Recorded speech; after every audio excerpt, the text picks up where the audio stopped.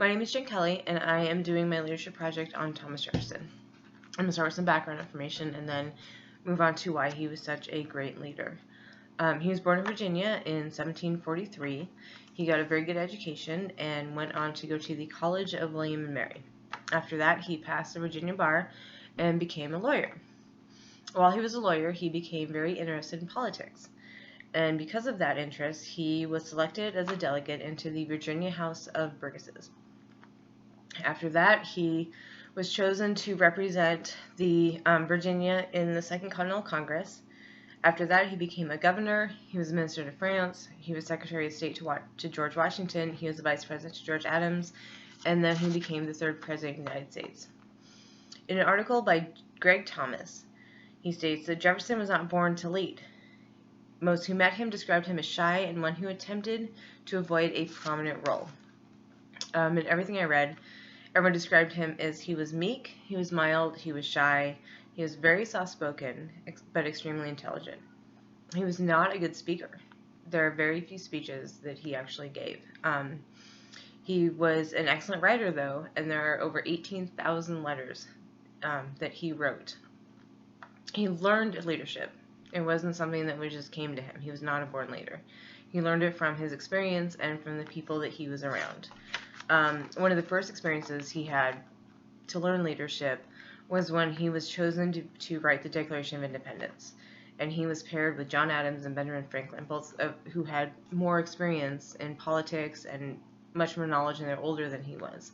And he actually tried to defer to them and have them write it, but they both said no, they weren't good writers, and they weren't the right person for it, and it was up to him to do it. He was put in this position when he was only 33 years old to write the Declaration of Independence. Now I'm going to go on to how the 5 practices of leadership applied to many of the different things that he accomplished during his lifetime. So the first is model the way. By becoming president, he was actually the first president where there's a transition of political party. And back then, it was huge. I mean, there's a huge separation of political party. And he was able to do this peacefully, which is a pretty big deal. Because the parties were extremely separated. They were very against each other. There was no love lost, essentially. He also was able to deal with issues very amiably. He was very peacefully. He kept constant communication with Congress, and he spent many hours and most of his salary actually entertaining at his home.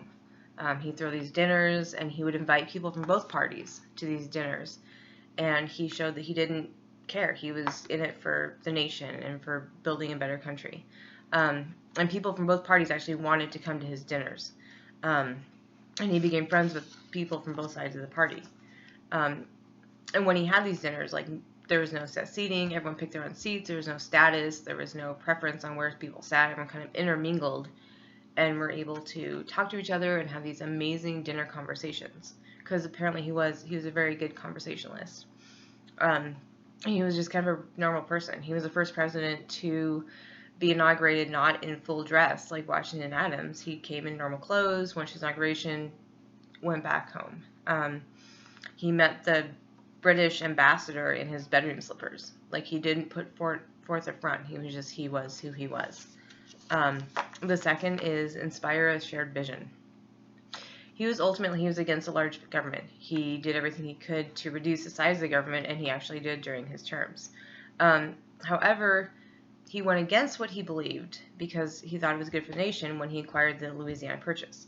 He went outside of his essentially scope of power because he didn't have the power to do it as president, and he gained that huge section of land. And why was that important? Is he wanted it because he wanted that land available for Americans to move on to and to settle onto. He ultimately, by attaining that land, it was an opportunity. It was an opportunity for Americans to settle, to become farmers, to create jobs, laborers, construction jobs, to build cities and towns, because he ultimately wanted America to be an agricultural country. And he also inspired the vision he planned and executed the Lewis and Clark expedition, which was a pretty big deal, to have them go out and see what was out there, and then report back and kind of let everyone know what was going on in the West. The third way was he challenged the process.